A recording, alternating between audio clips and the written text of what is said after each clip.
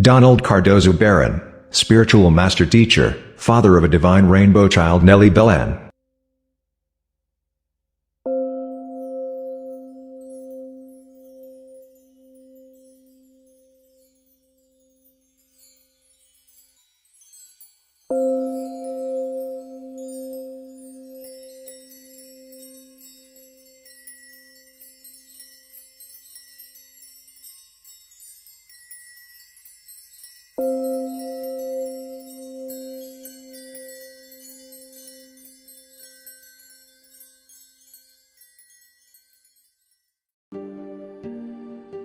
The story of Prince Siddharta Gautama, who became a Lord Buddha. About 600 years before Jesus Christ, a prince was born in the land of Nepal, by the name of Siddharta Gautama. Siddhartha was brought up by his mother's younger sister, Mahapajapati. By tradition, he is said to have been destined by birth to the life of a prince, and had 3 palaces, for seasonal occupation, built for him. Although more recent scholarship doubts this status, his father, said to be King Siddhartha, wishing for his son to be a great king, is said to have shielded him from religious teachings and from knowledge of human suffering.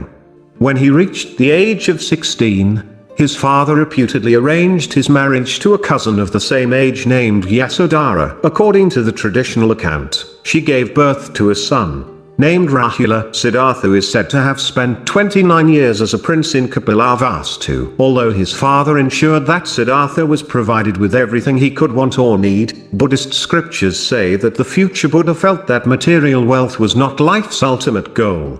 At the age of 29, Siddhartha left his palace to meet his subjects. Despite his father's efforts to hide from him the sick, aged and suffering, Siddhartha was said to have seen an old man. When his charioteer Chanu explained to him that all people grew old, the prince went on further trips beyond the palace. On these he encountered a diseased man, a decaying corpse, and an ascetic. These depressed him, and he initially strove to overcome aging, sickness, and death by living the life of an ascetic. King Siddhartha Gautama decided to leave the palace and pursue his calling. So he left the kingdom and searched for several spiritual teachers to learn from them. He practiced under 2 hermit teachers of yogic meditation. After mastering the teachings of Alara Kalama, he was asked by Kalama to succeed him. However, Gautama felt unsatisfied by the practice, and moved on to become a student of yoga with Udakaramaputra. With him he achieved high levels of meditative consciousness, and was again asked to succeed his teacher.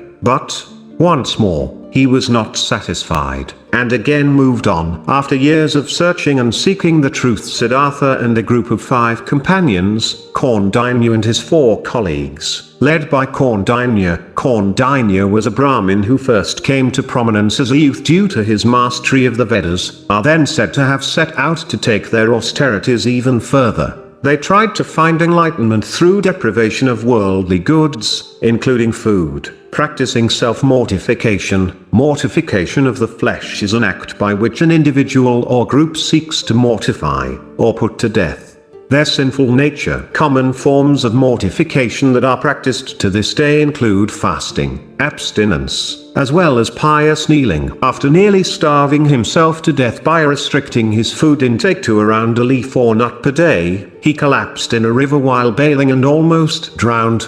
A village girl named Sujata gave him some madhupayasa, a rice pudding now also known as kheer, after which Siddhartha got back some energy. Siddhartha began to reconsider his path. Then, he remembered a moment in childhood in which he had been watching his father start the season's plowing. He attained a concentrated and focused state that was blissful and refreshing. The jhana, dhyana, Sanskrit, or jhana, Pali, commonly translated as meditation, is a state of no mind. After realizing that meditative dhyana, arhatic dhyan meditation, was the right path to awakening, but that extreme asceticism didn't work, Gautama discovered what Buddhists call the middle way, a path of moderation away from the extremes of self-indulgence and self-mortification, or the Eightfold Path, as described in the first discourse of the Buddha. In a famous incident, after becoming starved and weakened, he is said to have accepted milk and rice pudding from a village girl named Sujata. Such was his emaciated appearance that she wrongly believed him to be a spirit that had granted her a wish. Following this incident, Gautama was famously seated under a pipal tree, now known as the Bodhi tree, in Bodh Gaya, India, when he vowed never to arise until he had found the truth. Kaundinya and 4 other companions, believing that he had abandoned his search and become undisciplined, left. Through meditation, his mind became calmer and his concentration deepened. In this calm and peaceful meditating state, Siddharta Gautama set his mind to realize his true nature and the true nature of life. He had questions in mind about life, the cause of suffering and the path to experiencing everlasting joy. Soon his consciousness expanded, and he saw the sun, planets and how the universe and galaxies are linked together. He experienced how everything in the universe, from the smallest speck of dust to the largest planets and stars, are connected and evolving as one united whole, and how everything in the universe follows the same rhythmic system, growing, decaying and growing again. Everything seemed so connected, happening with a cause and an effect on everything else in this whole. He then realized his true nature and how his latest life as Prince Siddhartha was but a bead in the series of lifetimes. At the time of his awakening he realized complete insight into the 4 noble truths, the endless cycle of rebirth, suffering and dying again. He realized that death is nothing but changing the physical vehicle, enabling the soul to gain a whole new experience every time it is born again. He saw how by ending of one lifetime, another begins, and in this way the wheel of life and death keeps spinning over and over again, and how karma is not ceased but carried over from one life to another. He saw how all the pleasures and pains are but a temporary worldly experience, teaching man lessons to make him grow. Rich in one lifetime can be poor in another, king in one lifetime can be a beggar in another. He then looked at the suffering of the world and how people create their own misery and joy. He observed how people lie, steal, kill and take advantage of each other, unaware of the law of change and the instability of the physical possessions. He realized then the causes of suffering, and that attachments and physical possessions can never bring man the everlasting joy. And finally, at the full moon of Taurus, the Visak, after a reputed 49 days of meditation, at the age of 35, he discovered the means to end this suffering, which made his body filled with a radiant light. His mind became so peaceful and calm. With a pleasant smile he aroused from his meditation and looked up, when he saw the morning star. At this holy moment, a great understanding came to him. He saw himself, all the life, the world and the planets as one.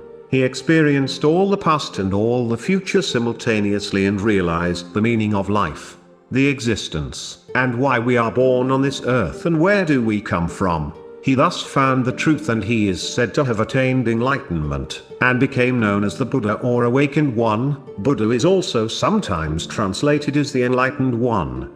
Prince Siddhartha became the Lord Buddha, who is also known as Gautama Buddha or Shakyamuni Buddha.